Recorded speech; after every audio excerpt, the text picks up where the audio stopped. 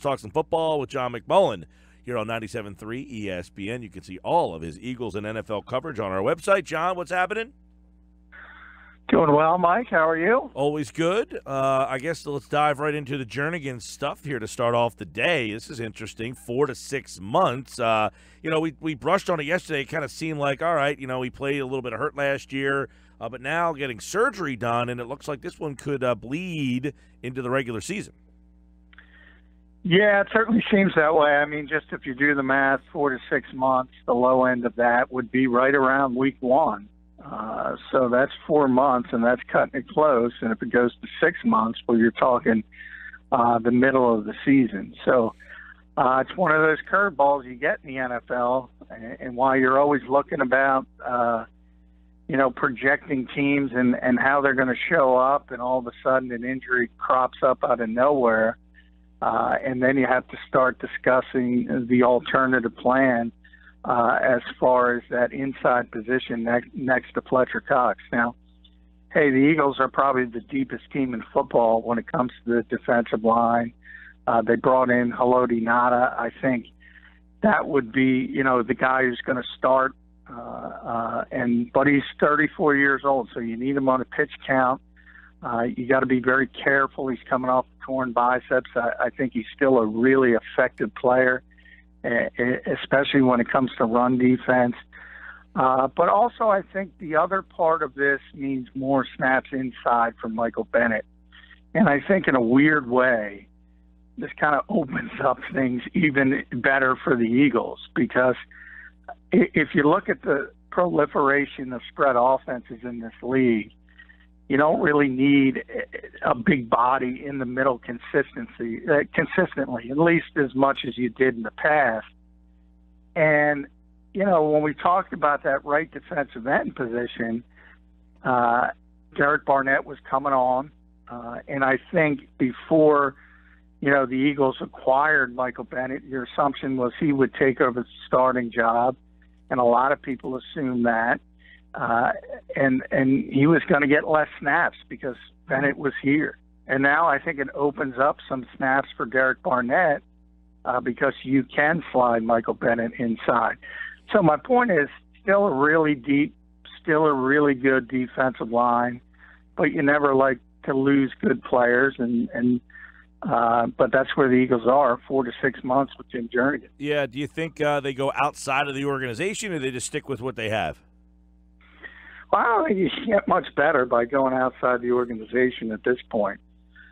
They also have young players, Destiny Vallejo, Elijah Qualls, who have some upside. So I think you want to take they're going to get a lot of extra reps in the offseason, the OTAs, because Nada's not going to do much. He's still rehabilitating. Obviously, Jernigan's not going to be there at all. So they're going to have an opportunity. And I think that's what, when we talk about OTAs and spring work, it's really important for the younger players. Not that big of a deal for the veteran players. So I think you want to see what you have there. I don't think at this point, after everything's been done, the guys left on the street are going to be any better than Nada or moving Bennett inside.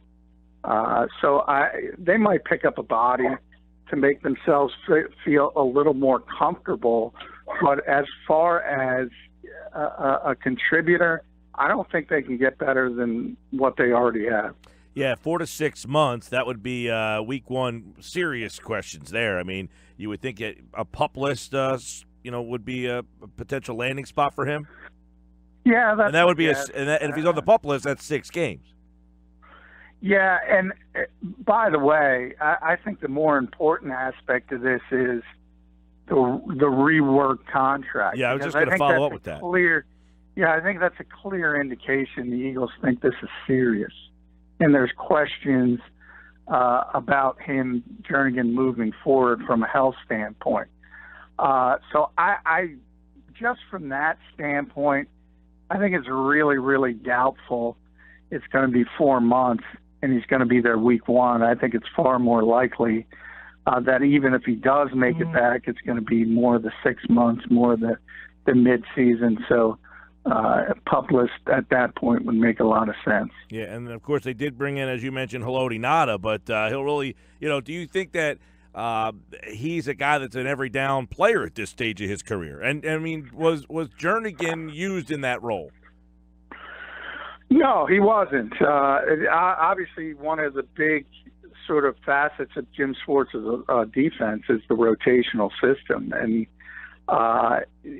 Tim Jernigan sort of played 50% of snaps, and I think Bo Allen was at 41%. Now, he played more earlier in the season, and then he got banged up with the ankle injury at first, and also got sick, if you remember, in the Super Bowl. But sort of down the stretch, his playing time wavered because he was banged up, and Bo's went up a little bit. So it was more 60, sort of 30 for those two guys, and then you had Baeo mixing in at times when he came back from the wrist injury. But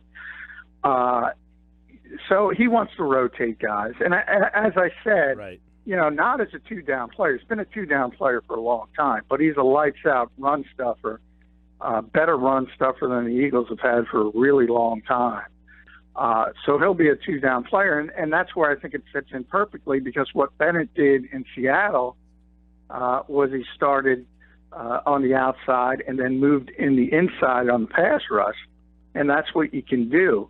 And remember, Mike, when they acquired him, I said it was a bit of a redundancy with Brandon Graham, because that's what the Eagles did with Brandon, and there were such similar players. Well, now you have sort of an open up. So in a weird way, that's what I was saying. In a weird way, it kind of helps, because now you have more clearly defined roles, and you can put Graham, you can put Cox, you can put Bennett, you can put Barnett on the field as sort of that NASCAR package. And that's difficult to beat. That's difficult to deal with. Yeah. John McMullen's with us here on the Boardwalk Honda Hotline. And do you think, now the report was that he had played last year with this injury, that he just kind of kept playing through it. Did that kind of factor in? He was very good early in the season, and he kind of, tailed off a bit. Yeah, I think that was more of the ankle injury. The news coming out now is that he hurt his back doing a workout. And I think the interesting part of this is the fact, the timing. Was the injury? We'll have to get this cleared up. Doug's going to talk next Friday. This is the next time we'll get an opportunity, and he doesn't have to really update on injuries, so it'll be interesting to see how clear they are with this thing. But something went on, because Tim Jernigan agreed to this restructure, and I can't figure out why he would agree to this restructure. And basically all it is March 16th, the Eagles, when he signed the extension, which was a 4-year, $48 million extension, there was a March 16 deadline that passed, and he had his entire salary for 2019, not 2018, 2019 guaranteed, and he gave that back. And I wonder why. Because the Eagles can't cut him for two reasons right now. He makes too much money. There'd be too much dead money under the cap. And the second part is he just had surgery. You can't cut a player who's hurt, can't pass physical. So you would have to come up with some kind of injury settlement. So something's going on as far as the injury and as far as how it happened. At least that's what I would speculate, because I don't see how the Eagles would have had leverage from their side to get this done from a contract standpoint. Yeah, and then obviously, if he misses some time like on the PUP list like that, you'll get a guy coming back, and we'll see how the Eagles kind of change things around. But he might not have the same role when he comes back either, so that would impact what you're paying him too. So I guess they had to have some sort of conversation maybe down that road. Yeah, I mean, clearly, I think the assumption was that, hey, we're just going to cut you next year if you don't agree to this. And that's a possibility. I think his cap number, I think the dead money would go down to $6 million. So they could probably afford that. But it still doesn't make complete sense of why he would do it now. And from that standpoint, essentially give $11 million back to the Eagles because they would have had to have paid out that money, whether it was on the field or off the field. Yeah. And that's what obviously players want, security. And he had to give it back for some reason. And I don't think it was out of the graciousness of the offer. Right. Too many people giving $11 million back, but who knows? A couple quick minor signings. Markus Weaton's interesting. Now, this happened right when you were getting off yesterday.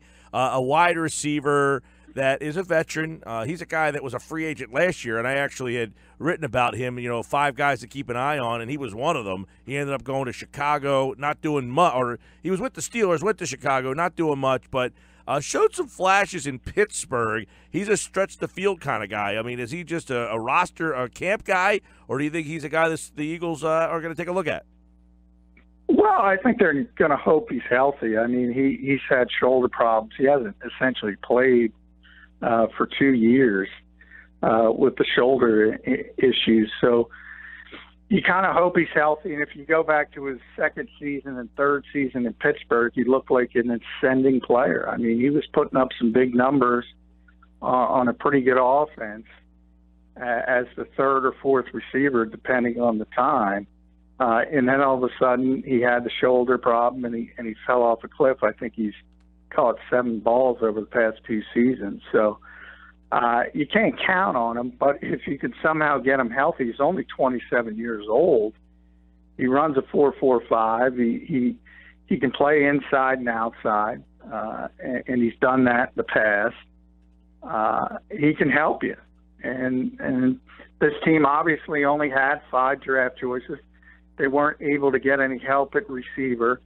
I think they're happy with the top 4, but from that point, they'd like to see a little bit more competition. So I think this is a roll of the dice to see if somebody with some talent can stay healthy, and if he does, who knows? Now, we know that Carson Wentz spoke to Sal Pal today. He said the goal is to not miss a game. Now, I know I'm a little bit more skeptical than you are about that. I don't know that he's going to be ready. But the Eagles did make a move to suggest that he may or may not be ready. But Holy Spirit alum Joe Callahan, and it's a good spot for Joe in terms of he's going to get a chance to play in some preseason games and get himself out on tape. Yeah, and obviously he's from the area. He's from Absecon, so Holy Spirit, so everybody knows him down there really well. But this is about the off season. I mean, you need bodies to throw for off-season workouts. And Carson's going to be able to throw, but he's not going to do any on-field work, obviously, in practice as he continues his rehab.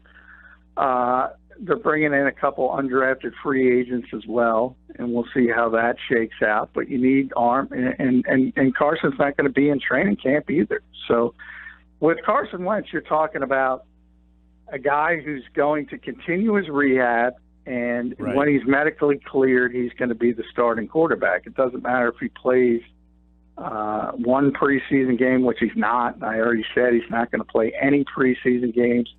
Hopefully he's cleared, so he's got a couple weeks of practice, and then you have him for week 1. I don't think the Eagles are concerned about getting him work, but they do have to go through the process of these practices and these preseason games, and to do that, they need arms, and Joe gets a chance to be a Philadelphia Eagle for the spring and summer. Right, and that does have some experience backing up a pretty good guy, a pretty good quarterback in his past.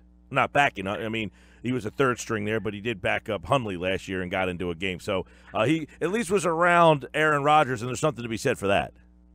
Yeah, look at Doug Peterson. I mean, he was around Dan Marino and Brett Favre, and look what he turned into. So who knows? Maybe Joe's winning a Super Bowl as a coach someday. But, I mean, it's a good spot for him. He's obviously going to be very comfortable with the area. And he's going to get an opportunity to, I do think, get some serious playing time in the preseason. Right. I mean, you figure if Wentz doesn't play in the preseason, well, he's not going to play in the preseason, right? I mean, we can probably agree to that.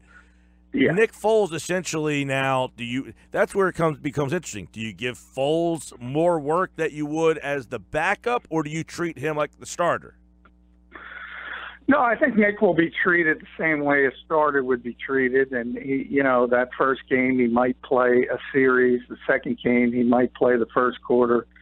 The third game he might play till halftime or into the third quarter, and then he wouldn't play at all in the fourth game. So that's a lot of playing time you get to divvy up between Nate Sudfeld and Joe. So I think there will be some opportunities to get some other teams interested. Now, they like Sudfeld enough that you think he's a shoo-in, or would you say that maybe they brought, you bring Callahan in and he has a chance to battle for that third spot?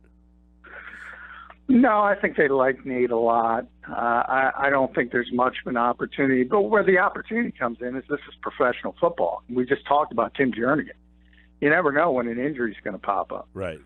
And that's where the opportunity comes from. And if you show enough to be an insurance policy and they think highly enough of the way you performed in practices, in OTAs, minicamp, then you might have yourself a roster spot. But if everybody's healthy and ready to go, it's going to be Carson, it's going to be Nick Foles, it's going to be Nate Sudfeld. John, Matt Ryan, 6 years, $169 million. That's $28.2 million per year. It's $30 million per year during the extension season. So Matt Ryan, 5 more years as the leader of the Falcons. Yeah, and I think Kirk Cousins breathes a sigh of relief because he no longer has that title of the highest paid player in football. And that's how it works. When Kirk got $28 million, the bidding starts at $28.1. And now the next quarterback in line will be asking for a little bit more than Matt Ryan. But unquestionably, he deserves it. He's one of the best quarterbacks in this league. He's had the Falcons on the cusp a couple of times, hasn't gotten over the hump. But as we all know in this league, and I think, people kind of say, well, how do you pay anybody more than Tom Brady, more than Aaron Rodgers? It's just the nature of contracts. It's timing. It's who's next. And he's an elite quarterback, and he was next. So he gets that contract, and that's just how it works. And the last thing you want to be doing in this league is the Cleveland Browns and the New York Jets and so many other teams can attest to is looking for a quarterback. So when you got a good one, you do everything in your power to keep him. Aaron Rodgers next? Yeah, I think it's tougher, though, than it seems, at least on the surface, because Aaron is, he's getting up there. And he's had some injury issues, trouble finishing seasons, and that has to enter into it. Obviously, if you just talk about effectiveness, he's the best quarterback in football. He's even better than Tom Brady. So from that standpoint, it's easy, but life isn't always easy when you add the context into it. But ultimately, I don't think you're going to see a Brett Favre-like divorce there, mainly because there's no Aaron Rodgers. And they kind of got a glimpse of life. They've had Hall of Fame quarterback play for a quarter century, and they got a glimpse of life without it, with Brett Hundley, a guy you just mentioned, and it didn't look too good. So not very rosy. You better make Aaron happy. And last, I guess, Jason Witten retiring after 15 years. It was kind of reported earlier in the week that he was going to join the Monday Night Football booth, John, and the networks are going down the road of just finding former Cowboys and putting them in the booth. But, do you think that he retired too early? Was it time? And what kind of a little perspective on Witten's career? 15 years, you don't see that a whole heck of a lot anymore. No, 15 years, I think he missed one game. Wow. If you think about playing that position and the effectiveness. And remember, everybody's enamored with all the detached tight ends. He's an old school. I just called him on Twitter. He's an endangered species. He's a guy who can block and dominated as a receiver. No doubt about it, Hall of Famer. But I joked earlier, the legacy of the Cowboys over the last 20 years is creating guys for the booth. Because Aikman's tremendous at it, Romo's tremendous at it, Moose Johnson's really good, and I think Jason's going to be really good. but they don't win Super Bowls anymore. They just create guys who are great in the boot. No, the last time the Cowboys were in the Super Bowl, none of these kids in this draft were born. Yeah, I think, since they took the draft out of New York, which I'm not happy with because I thought it was great in Radio City. I thought that was the perfect environment. But it seems like the tradition we have sort of all centered upon is the trolling now with Drew Pearson and now David Akers responding. So I don't know if that's a good thing, but I think it's an apropos thing. John McMullen, at JF McMullen on Twitter. Give him a follow there. Read all his Eagles offseason news and his NFL coverage at 97.3ESPN.com. He appeared via the Boardwalk Honda hotline. Thank you, John. Thanks, Mike.